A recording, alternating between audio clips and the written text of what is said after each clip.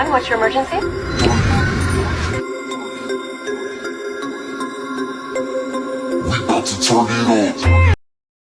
Naquela noite, o que parecia uma tragédia doméstica simples escondia uma contradição difícil de ignorar. Um menino saudável, sem histórico grave de doenças, é levado a um hospital já sem vida, enquanto a explicação inicial aponta para um acidente comum dentro de casa. No caso Henri Borel, essa versão parecia lógica demais para encerrar tudo tão rapidamente. Algo no tempo dos acontecimentos, nos relatos e nos silêncios, não se encaixava. Ainda assim, durante horas, essa narrativa foi aceita quase sem questionamentos. Não por maldade, mas por pressa, rotina e confiança em explicações imediatas. Este não é um relato feito para acusar por emoção, mas para entender como decisões humanas, tomadas sob pressão, podem moldar o rumo de uma investigação inteira. Porque antes de qualquer laudo definitivo, existia um detalhe ignorado que mudaria completamente a percepção do caso. Henri Borel tinha apenas 4 anos. Era descrito pela família como uma criança carinhosa, comunicativa, cheia de energia e curiosidade. Dividia a rotina entre a casa do pai e a da mãe, como tantas outras crianças após a separação dos pais. Nada em seu comportamento indicava sofrimento constante ou problemas de saúde graves. Sua mãe, Monique Medeiros, era professora, alguém que convivia diariamente com crianças e conhecia sinais de dor e fragilidade infantil. O padrasto, o médico Jairinho, tinha uma carreira consolidada e uma imagem pública de autoridade e conhecimento. Por fora, tudo parecia funcional. Por dentro, havia uma dinâmica que só começou a ser compreendida depois. Para quem observava de fora, aquela família não despertava suspeitas imediatas. E justamente por isso, os primeiros questionamentos demoraram a surgir. Nas primeiras horas após a morte de Henri, a versão apresentada parecia simples e plausível. Falava-se em um acidente doméstico, algo que poderia acontecer com qualquer criança.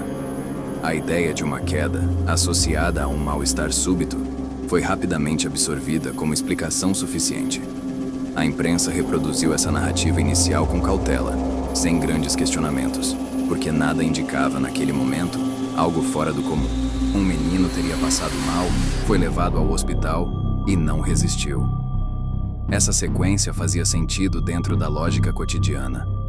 Além disso, o fato de o padrasto ser médico reforçava uma sensação de controle da situação. Para muitos, não havia motivo para suspeitar. O caso começou, então, a ser tratado como uma fatalidade triste, mas encerrável. Só que essa versão dependia de uma confiança absoluta nos relatos iniciais.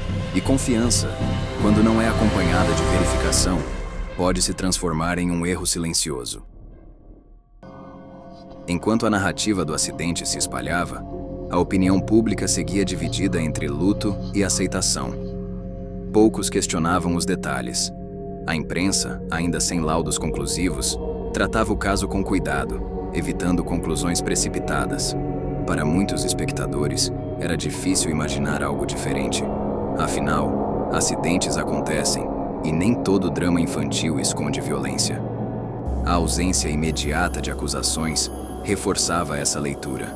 No entanto, algumas informações começaram a causar estranhamento em círculos mais atentos. O tempo entre os acontecimentos, as descrições vagas sobre o que Henri sentia naquela noite e a rapidez com que a hipótese do acidente foi aceita levantaram dúvidas discretas. Ainda não eram acusações, mas inquietações. Mesmo assim, essas dúvidas demoraram a ganhar espaço. A versão dominante seguia firme porque parecia racional, e porque questioná-la exigiria encarar algo muito mais desconfortável do que um simples acidente doméstico. O erro decisivo no início do caso Henri Borel foi a aceitação apressada de uma explicação sem confronto imediato com todos os elementos disponíveis. Houve um viés claro de autoridade.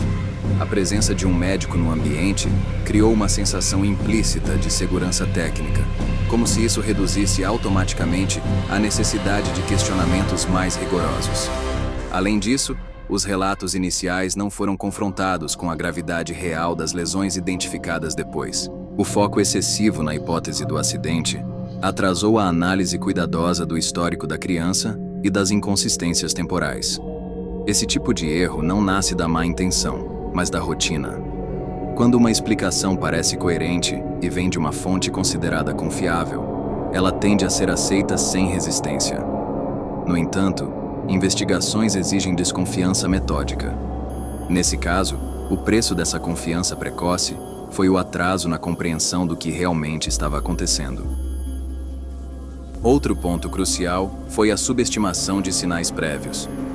Marcas antigas no corpo de Henri, relatos de comportamentos atípicos e episódios anteriores não receberam, no primeiro momento, o peso que deveriam. Esses elementos existiam, mas foram analisados de forma fragmentada, não como parte de um possível padrão. Quando se observa cada indício isoladamente, ele parece insuficiente.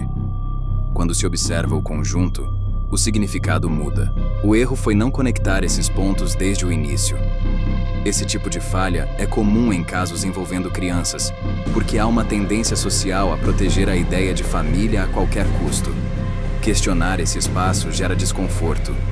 Assim, decisões técnicas acabam sendo influenciadas por expectativas emocionais. No caso de Henri, isso retardou uma leitura mais precisa da situação. E quanto mais o tempo passava, mais difícil se tornava corrigir o caminho inicial da investigação. A virada começou quando os laudos periciais foram analisados com mais profundidade. As lesões identificadas no corpo não eram compatíveis com um único acidente doméstico. Havia sinais de agressões anteriores, indicando repetição, não casualidade. Esse dado mudou o eixo da investigação. A partir daí, os relatos passaram a ser confrontados com os fatos físicos, e não o contrário. Depoimentos foram revistos, horários reavaliados, e a dinâmica da noite começou a ser questionada com mais rigor. A narrativa simples deixou de se sustentar. Esse momento não foi imediato nem espetacular. Foi construído lentamente, à medida que as peças começaram a se alinhar. Cada nova análise enfraquecia a hipótese inicial e fortalecia outra, muito mais dura de aceitar. O caso deixou de ser tratado como uma fatalidade e passou a ser encarado como algo que exigia responsabilização. E isso mudou tudo. Mas reconhecer a violência levantava uma pergunta ainda mais difícil. Como isso pôde acontecer tão perto de quem deveria proteger? Com o avanço das investigações, o foco se voltou para a dinâmica familiar.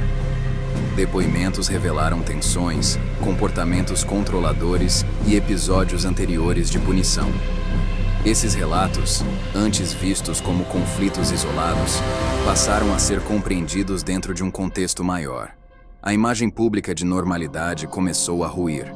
A reconstituição dos fatos mostrou que Henri não passou mal de forma repentina, mas apresentou sinais de sofrimento progressivo. Esse entendimento exigiu uma mudança de perspectiva. Não se tratava mais de um evento único, mas de uma sequência. A virada definitiva aconteceu quando a soma das provas técnicas superou qualquer narrativa verbal. Não havia mais espaço para explicações alternativas plausíveis.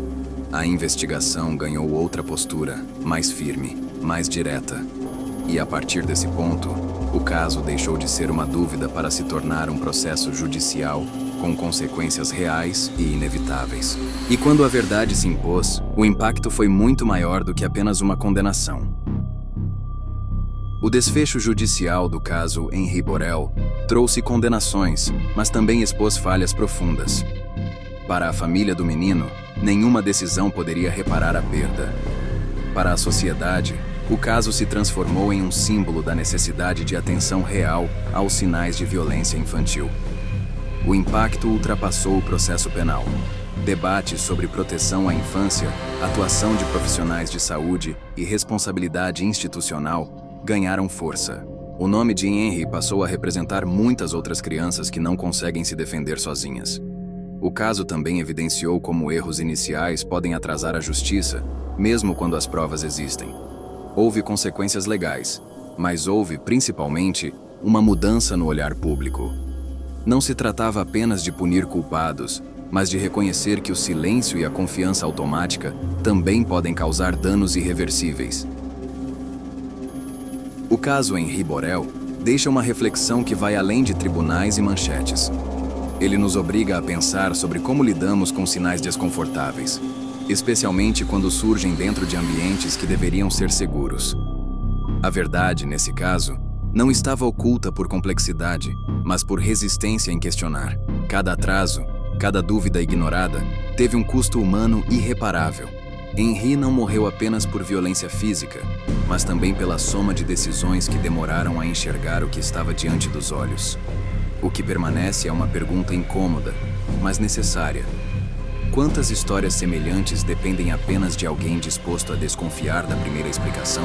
Porque quando se trata de proteger uma criança, aceitar respostas fáceis pode ser o erro mais grave de todos.